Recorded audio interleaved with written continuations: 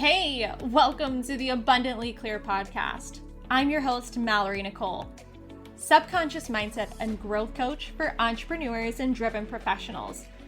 It's my mission to help as many people as I possibly can remove their mental blocks and align themselves to create a life of expansion, wealth, and purpose. If you want to hear inspirational stories from experts and leaders around the globe, and small solo episodes to learn tools you can use in your daily life, this podcast show is for you.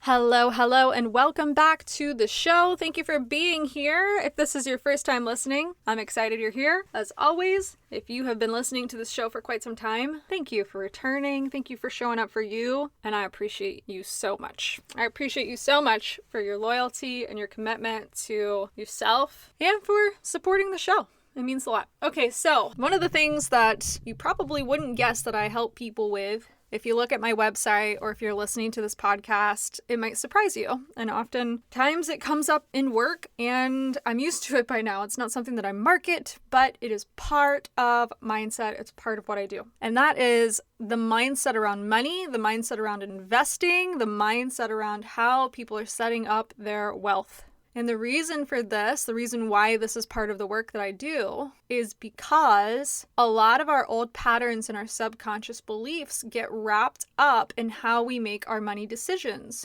and we don't even realize it. And what often happens is people are running the financial part of their life from a place of scarcity, even if they have great businesses and a good foundation. If they have not given themselves permission to look at this investor mindset, how they're going to really create security long-term for themselves, they're still allowing scarcity to run the show because it's only focused on one thing, putting all your eggs in one basket, only focusing on your business and not allowing that other part of your life to grow. So I'm not a financial advisor. I'm not going to tell you what I think you should do. I'm not going to tell you what crypto to buy next or how to start long-term rental properties or anything like that. But I am going to talk about some of the mindset components that are important in investing so that you can start thinking about your life in a more holistic way. So the number one thing that I think people need to start with is educating themselves.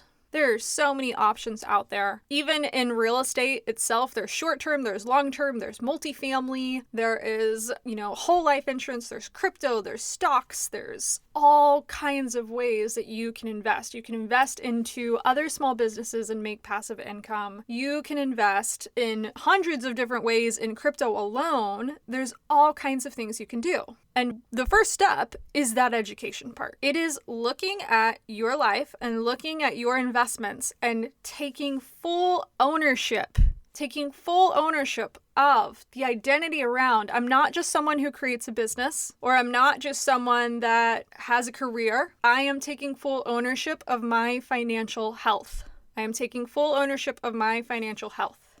And that looks like educating yourself, not relying on anybody else to do it for you. Now, that doesn't mean not hiring people and not working with other people and not, doing some coaching work in certain areas that you want to learn about. I, for a while, was paying a real estate coach because I wanted to learn more as I was building out my long-term rental properties. So that's not what I mean. I'm not saying that you can't rely on people for the actual learning part of it, but I mean the identity of taking full ownership that your financial health and your financial wealth in your life are up to you to handle. And allowing that shift, this is a big one, allowing that shift, if you're an entrepreneur and a small business owner, of saying, I'm not just responsible for making my own money, I'm also responsible for learning how to keep it, learning how to make it grow, learning how to create security long-term for myself and anybody in my family that it might affect too. So that's the first step, is to take full ownership.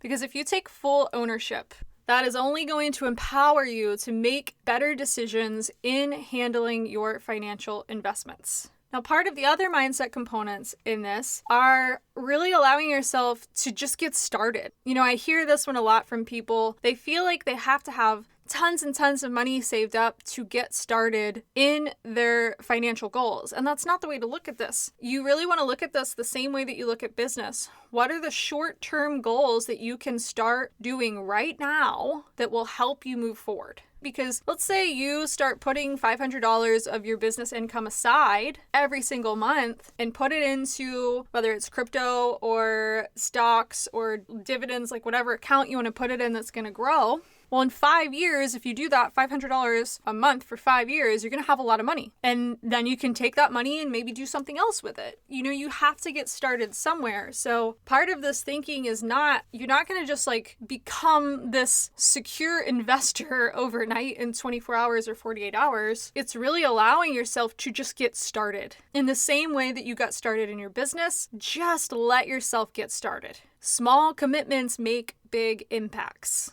So if you are waiting for the big thing, it's not going to happen. You know, when I invest into properties, it doesn't take me 30 days to come up with the money to invest in the property. It takes me a little while to build out that lump sum to invest in a property and to get it going. So giving yourself that permission to really look at what are the first few steps that I want to take. So it starts with education and then just beginning those first steps and how you want to do this. And then the third thing I'm going to talk about is not putting all of your eggs in one basket. So remember, just like anything, there's no right or wrong way, there's your way. And your way is often the way that you feel most educated about, that you can responsibly make good decisions in.